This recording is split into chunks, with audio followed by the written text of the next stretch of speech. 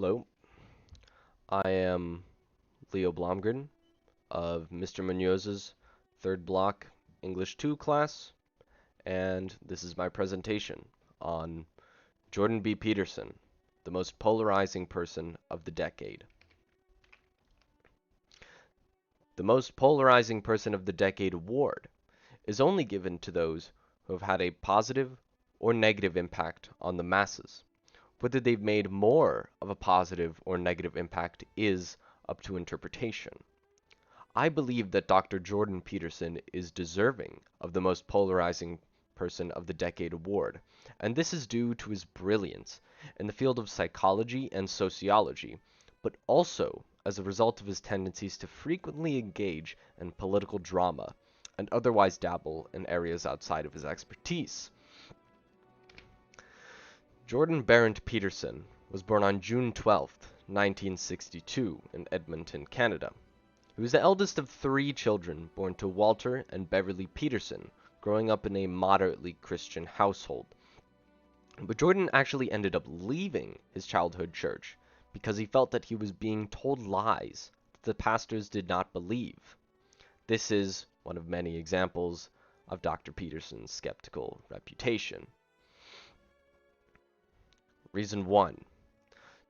Jordan Peterson harnesses his scholastic knowledge of psychology and sociology to help people establish order in their livelihoods and help them learn how to deal with unwanted chaos that will find its way into it.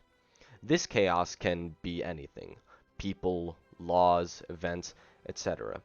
Peterson wants his pupils to change their attitudes and behaviors and to develop maturity, purpose, and order.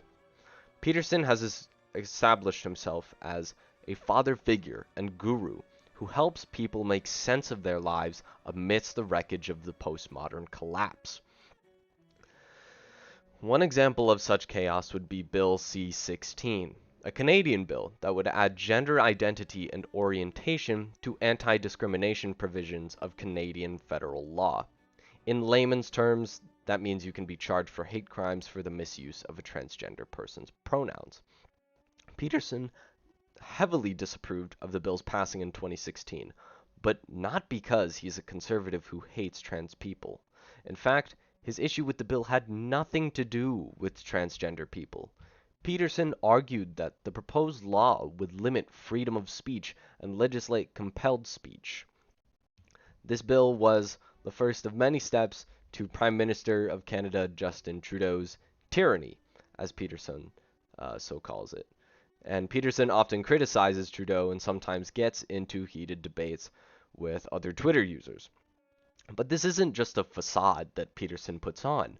Canadian policies on what you can and can't say have become increasingly more strict, exemplified by when Peterson tweeted that the College of Psychologists of Ontario demanded he undergo social media communication retraining and threatened to suspend his clinical psychologist license if he does not comply. These are the things Dr. Peterson warns us about in his lectures and his books. Speaking of Twitter, this brings us to the other side of Jordan Peterson, the side known for sharing his right-leaning opinions on Twitter. Not that being right-leaning is inherently bad, but this has led Peterson to be adopted by the alt-right as one of their chief intellectuals, which is not a good look for the professor.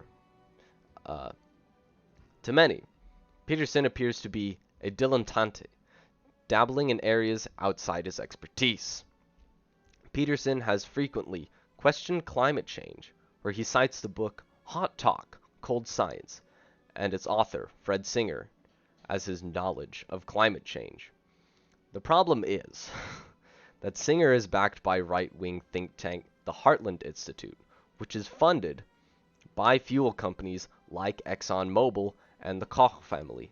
What does this mean?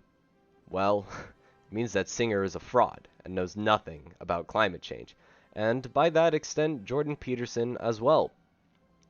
Moving on to a different controversy Peterson has thrust himself into, he does not approve of a lot of the aspects of the LGBT plus movement that has taken the Western world by storm. Whether you like it or not, transgenderism is a legitimate psychological concept, and transgender people are here to stay. But Peterson does not like that. While I did mention Bill C-16 and Jordan's issue with it, keep in mind that his opposition to the bill had nothing to do with transgender people, and that was long before he got into these transgenderism Twitter controversies. However, the professor has been known to make highly irrational tweets displaying his malcontent towards transgender people. Perhaps the most infamous of these tweets being the one directed at transgender actor Elliot Page after their transition in June of 2022. The tweet from Peterson reads, "Remember when pride was a sin, and Ellen Page just had her breasts removed by a criminal physician." The whole tweet just reeks of a unjustified hatred that many people, myself included, did not tolerate. My respect for Dr. Peterson has slowly dwindled over the past few years as he delves more and more into right-wing Twitter. And it's a shame, because as I mentioned earlier, he's a very important figure when it comes to behavioral psychology and sociology. From psychologist to climate change denier to right-wing political personality, Jordan Peterson certainly is quite the character. Peterson has made quite the lasting impression on various different communities. He has helped hoist many people like myself